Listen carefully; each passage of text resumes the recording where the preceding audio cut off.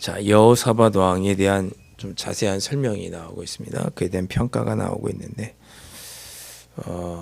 더불어서 짧지만 아합의 아들 아하시아 왕에 대한 평가도 뒷부분에 잠깐 나오고 있습니다. 자, 여호사밧 왕이 우리 어제까지 말씀을 보면 아합 왕과 더불어서 길르앗 라못을 함께 치기 위해서 동맹을 맺고 그랬었죠. 그런 가운데 여호사밧 왕이 우리가 전쟁을 하러 가는데 하나님의 말씀을, 하나님의 음성을 먼저 들어야 되지 않겠느냐, 먼저 하나님께 묻자. 그렇게 해서 아합 왕이 400명의 선지자를 불러서 하나님의 뜻을 물었고, 그 과정에서 미가야라고 하는 선지자의 이야기도 듣게 되고 그렇게 된 거죠. 그래서 여호사밧 왕은 짐작할 수 있겠지만 하나님께 먼저 뜻을 구하고 묻는 그런 왕이었습니다. 그런 그의 치적이 오늘 본문에 쭉 나오고 있는데 41절 보시면 그가 아합 왕 제4년에 왕이 되었고요. 42절 보면 35살의 왕이 되어서 25년 동안 다스렸습니다. 35세의 왕이 돼서 25년 동안 통치하고 70세에 이제 죽게 된 거죠. 60세에. 여호사밧이 그의 아버지 아사의 모든 길로 행했다. 43절은 평가합니다. 아버지 아사의 모든 길로 행하며 돌이키지 아니하고 여호와 앞에서 정직히 행하였으나 그랬습니다. 그러니까 이것이 성경에 기록하고 있는 여호사밧 왕에 대한 평가입니다.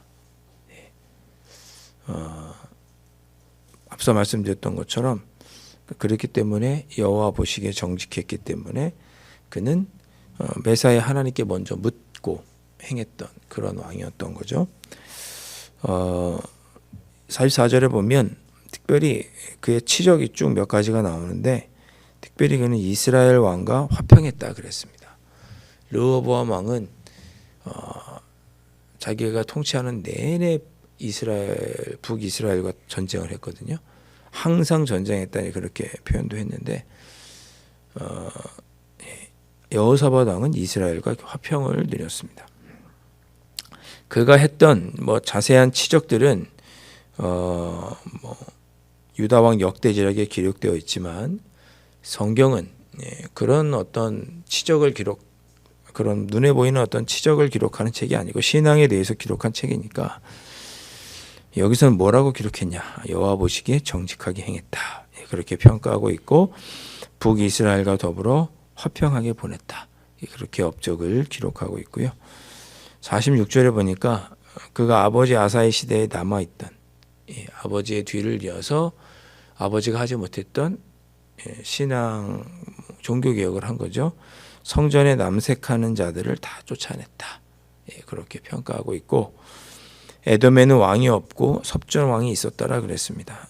그러니까 여호사밧 왕이 에돔에 대신 왕을 파송을 해준 거죠. 대신 그 에돔에 총독이나 왕을 보내서 직접 에돔을 섭정하면서 다스렸던 사람이 여호사밧이었습니다. 북이스라엘과도 화평했으니 아마 에돔과도 화평하게 잘 지냈을 것이고 주변에 하나님의 뜻대로 통치하면서 전쟁도 많이 하지 않고 평화롭게 지냈던 왕이 아마도 여호사밧 왕이었을 것이다. 그래서 에돔도 잘 다스렸을 것입니다. 자, 그뿐만 아니라 그가 놀랍게도 다시스에서 선박을 제조해서 이렇게 해상 무역을 했다는 이야기가 48절에 나오죠. 선박을 다시스에서 제조해서 오빌에 금을 구하러 보냈습니다. 오빌이 어디냐면 아라비아 반도 끝이라고 생각합니다. 스바 여왕이 있던 그 어디쯤이 아닐까 예상을 합니다. 거기서 금을 이렇게 얻어서 그 배를 이렇게 태워서 이제 유다 땅으로 이렇게 오는 중에 거의 다 와서 에시온 게벨이라고 하는 곳에서 파산하게 됩니다. 그래서 거기서 이제 배가 못 가게 됐는데 그 이야기를 누가 들었냐면 아합의 아들 아하시아가 들었어요. 아하시아가 이제 나오죠. 이렇게 들은 거예요. 그래서 우리가 가서 좀 그 배가 파손했다고 하니까 우리가 거기 좀 가보겠다.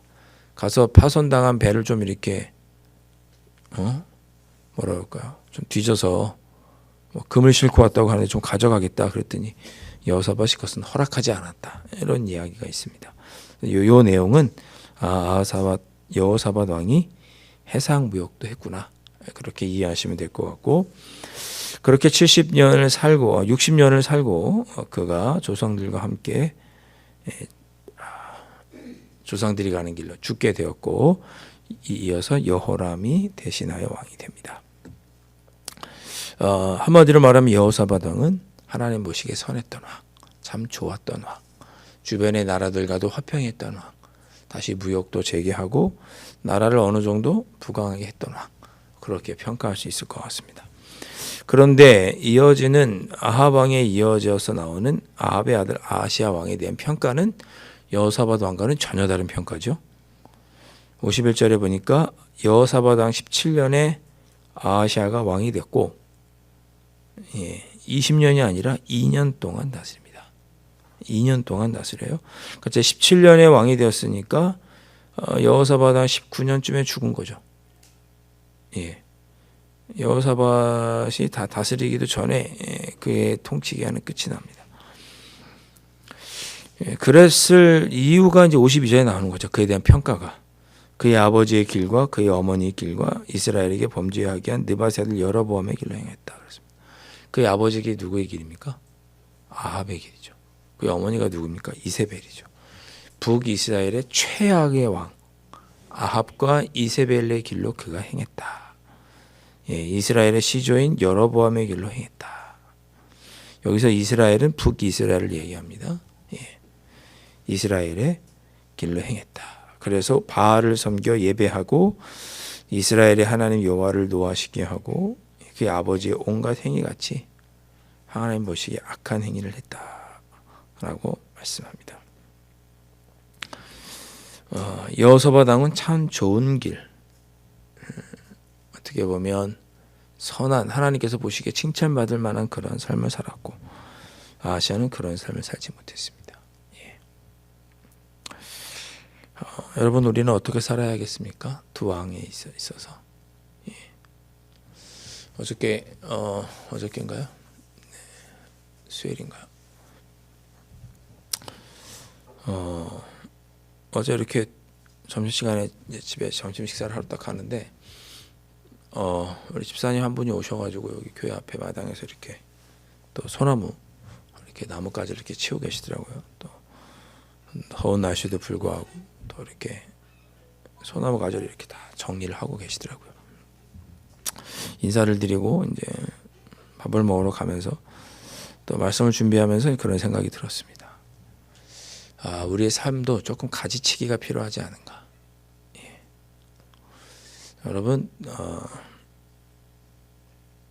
조금